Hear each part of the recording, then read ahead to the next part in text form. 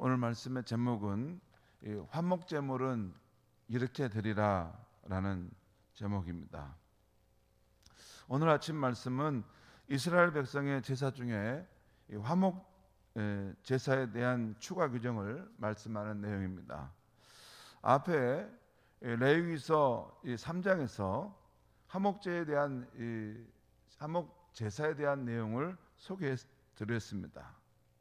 그런데 오늘 아침에는 조금 다른 관점에서 화목 제사를 드리는 방법과 이 화목 제사에 남은 이 고기를 먹는 방법에 대해서 말씀해 주고 있습니다. 소나 양이나 염소를 이 화목 제물로 드릴 때 거기에다 기름 섞은 전병과 구운 과자와 함께 이 제사를 드릴 수 있다는 것을 말씀하고 있어요. 그리고 그 전병이나 과자들을 이게 한 개씩 각각 제물로 드리고 그 나머지는 제사장에게 돌릴 것이다라고 말씀하고 있어요. 이것이 11절에서 14절까지의 내용입니다. 그리고 이 세 가지 종류의 화목 제물을 드리게 될 경우 그 남은 고기를 어떻게 먹어야 할 것인가 하는 것이 15절에서 17절까지에서 말씀하고 있습니다. 제가 15절 17절까지 말씀을 읽겠습니다. 감사함으로 드리는 화목 제물의 고기는 드리는 그날에 먹을 것이요 조금이라도 이튿날 아침까지 두지 말 것이니라.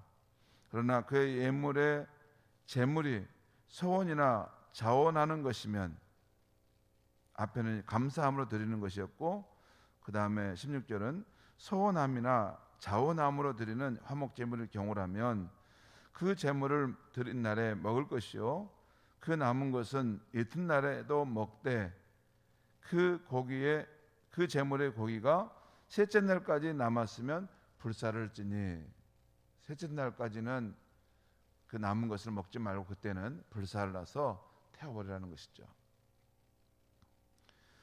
그리고 그 이후 이 셋째 날 되는 날에 남은 고기를 먹으면 그 화목제는 하나님이 기뻐하시는 제사가 되지 못한다고 18절에서 말씀해 주고 있습니다.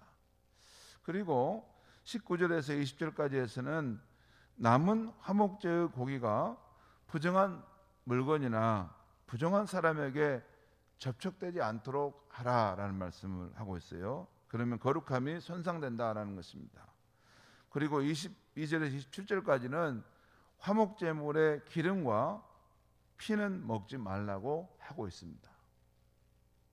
그 옛날 이스라엘 제사 제도를 이렇게 했다는 것이죠. 오늘 아침에 우리가 주목하고자 하는 것은 이 15절에 18절에 나온 화목 제사의 고기를 먹는 방법입니다. 이 화목제에는 세 가지 경우가 있었습니다. 감사하는 경우, 또 소원이 응답됐을 경우, 또 자원하는 마음의 경우, 그런 세 가지 경우에 하나님 앞에 나가 화목 제사를 드렸어요. 먼저 감사의 화목 제사는 하나님의 구원과 치유를 경험할 때 드리는 그런 제사였습니다. 그리고 소원의 화목 제사는 소원한 것이 성취되었을 때 이것도 감사함으로 바치는 제사였습니다. 그리고 자원의 화목 제사는 살다가 예기치 않는 하나님의 은혜를 깨닫고 감동하게 될 때 드리는 제사였어요. 살다 보면 그럴 때가 있죠. 내 살아온 것이 정말 하나님께서 구비구비마다 내게 은혜를 베푸셨구나, 우리 가정에 은혜를 베푸셨구나, 그 깨달아졌을 때 그로 인해서 자원하는 마음으로 감사 제사를 드릴 수 있는 것이죠. 이 화목제의 가장 큰 특징은 화목제물을 일부 불사른 후에 남은 고기를 제사장과 제사를 드리는 자, 그 가족과 또 종들, 그리고 그 성읍에 사는 이웃들과 함께 나누어 먹으면서 그 기쁨을 나누는 축제와 같은 제사였다는 것입니다. 다른 번제, 소제, 또 속죄제, 속건제하고는 전적으로 다른 이 이 화목제 제사만은 그 고기를 상당 부분 남겨서 그 제사를 드리러 온 사람과 또 그 가족, 그 종들, 또 그 마을 사람까지 초대해서 함께 그 기쁨을 나누는 축제와 같은 제사였다는 것이에요. 그래서 그 교제 효과를 극대화하기 위해서 이 먹는 날수를 제한하고 있어요. 감사의 제물은 당일까지 다 먹어야 되고 다음 날까지 남겨두서는 안 된다고 하고, 또 소원한 것이나 자원한 것, 소원에 응답된 것이나 또 하나님을 깨닫고 자원함으로 드리는 화목제는 첫째 날과 둘째 날까지도 먹어도 된다는 것입니다. 그렇지만 3일째가 돼서는 안 되고 남아있으면 태워버려야 한다는 것입니다. 이것은 위생상의 문제도 있었겠지만 그 다른 이유도 있었어요. 왜 이렇게 먹는 날짜를 짧은 시간으로 제한했을까요? 이걸 저장해둬서 먹을 수도 있을 텐데, 단기간에 그것을 다 먹도록 제한한 것은 더 많은 사람이 참여해서 화목제사의 그 음식을 먹게 하도록 하기 위함인 것입니다. 하루나 이틀 안에 소나 양이나 염소 고기를 다 먹으려면 자기 가족만으로는 안 되죠. 마을 사람들을 더 많이 불러와야 하고, 화목제물이 소 한 마리인 경우라면 그 분량이 크지 않습니까? 그러면 가난한 사람이나 마을 사람들을 불러오는데 자기 마음에 안 맞는 사람들까지도 초대해서 함께 그 음식을 나누게 되는 것이죠. 그래서 하나님이 베풀어 주신 은혜와 축복을 함께 나누며 온 마을 사람들이 화목하게 되는 축제의 날이 되게 한다는 것입니다. 그것이 화목제의 가장 큰 특징입니다.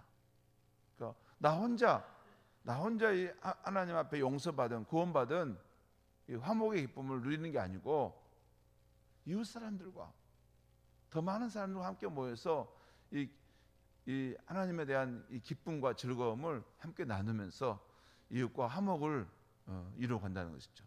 마치 우리 크리스찬들이 예수 그리스도의 그런 화목 제물을 통해서 하나님과 이 화해의 기쁨을 누렸을 때 우리 안에 일어난 이 기쁨의 이 일들을 우리 안에 두지 못하고 우리의 가족과 이웃에게 함께 나누가는 일이 일어나지 않습니까? 더 내게 잘못한 사람들을 관용할 수 있고 또 인색하지 않고 남에게 베푸는 마음으로까지 나아가는 그런 정신이 화목제사에 담긴 의미입니다. 그리스도인의 경우에 이 화목제사의 의미는 예수 그리스도의 고귀한 희생을 통해서 우리에게 용서와 구원의 선물이 베풀어진 것을 알고 그 감사와 감격을 하나님께 드리면서 동시에 이웃과 함께 나누는 것입니다. 근본에 치열했던 대통령 선거가 끝나고 그 결과도 나왔습니다.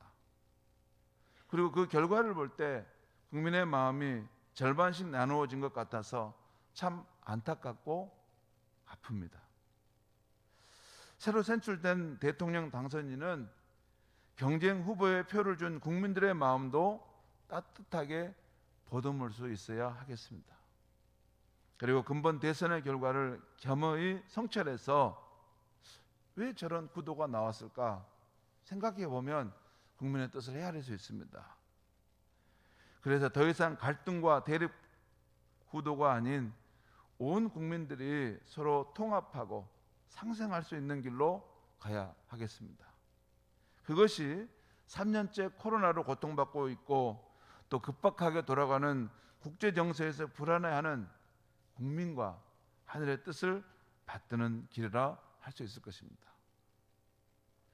우리가 함께 참 기도할 것은 이 새 대통령과 정부가 앞으로 이렇게 될 수 있도록 해달라고 하는 것인데요. 무엇보다 우리 예수님의 그 자기 희생의 정신과 그 마음을 그들이 알았으면 좋겠습니다. 우리 예수님께서는 자신의 고귀한 희생으로 하나님과 인류 사이의 그 분열을 끊으시고 화목으로, 화평으로 이끌어가지 않으셨습니까? 이 주님의 화목의 마음, 화목의 정신이 새 대통령과 새 정부에 깃들어져서 참 새롭게 정치를 펼쳐갈 때 국민들로부터 사랑받는 그런 대통령과 정부가 될 수 있도록, 우리 역사 속에서 또 하나님의 이런 마음을 시원케 해드리는, 국민들에게 정말 희망을 주는 대통령이 될 수 있도록 해달라고 우리 함께 기도하면 좋겠습니다.